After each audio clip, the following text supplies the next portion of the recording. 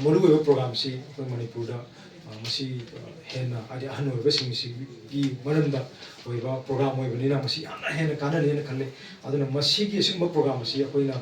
Radio ꯅꯣꯡꯉꯦꯟꯗ ꯑꯩꯈꯣꯏꯒꯤ just ꯑꯦज ꯑꯦ ꯗꯤꯄꯥꯔꯠꯃꯦꯟꯠꯀꯤ minister ꯑꯃ ꯑꯣꯏꯅ ꯁꯣꯁꯤꯌꯦꯜ ꯋꯦꯜꯐꯤꯌꯔꯒꯤ ꯌꯥꯝꯅ ꯄꯤꯛꯂꯕꯁꯨ ꯄꯤꯛꯅ ꯌꯥꯝꯅ ꯃꯑꯣꯡ ꯇꯥꯕ ꯑꯗꯨꯒꯨꯝꯕ ꯊꯧꯔꯝ ꯑꯃ ꯑꯣꯏꯔꯤ ꯍꯥꯏꯖꯕ ꯇꯥꯔꯦ.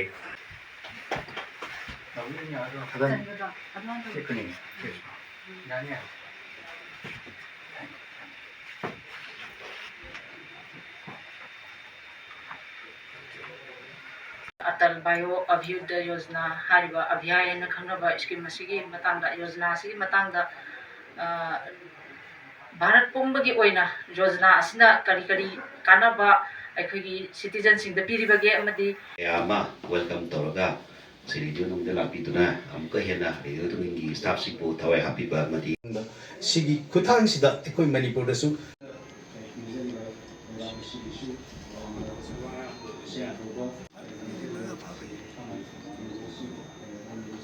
Biriba kai khunazariba Sri R.K. Nongre Koma Maitai Advisor AVY की असिंबा मरुओइबा प्रोग्रामसी अखोई मणिपुरदा मसी हेन्ना आदि अहन ओइबसिंगसिगी मरमदा ओइबा प्रोग्राम ओइबनिना मसी यामना हेन्ना काननिना खल्ले अदुना मसीगी असिंबा प्रोग्रामसी अखोइना रेडियो नोंगेंदा अखोइगी जस्ट एज ए डिपार्टमेंट की मिनिस्टर अमा ओइना सोशल वेलफेयर की डिपार्टमेंट की मिनिस्टर अमा ओइना आइना रेडियो नोंगेंदा यामना थागतचनिंग असिंबा प्रोग्राम अमा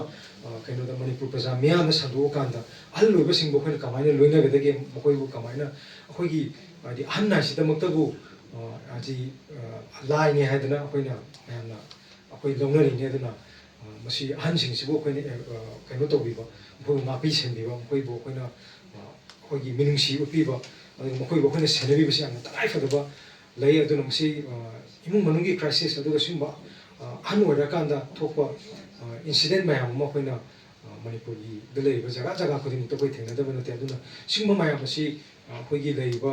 स्कीम मसिना अवेयरनेस पीरकांदा मसिगी इमुंग अदुगा प्रजासिंगदा अदु इचा इशुसिंगदा मसिना अचौबा इम्पैक्ट अमा कानबा इम्पैक्ट अमा पीगनी हाइदना इसुमाइना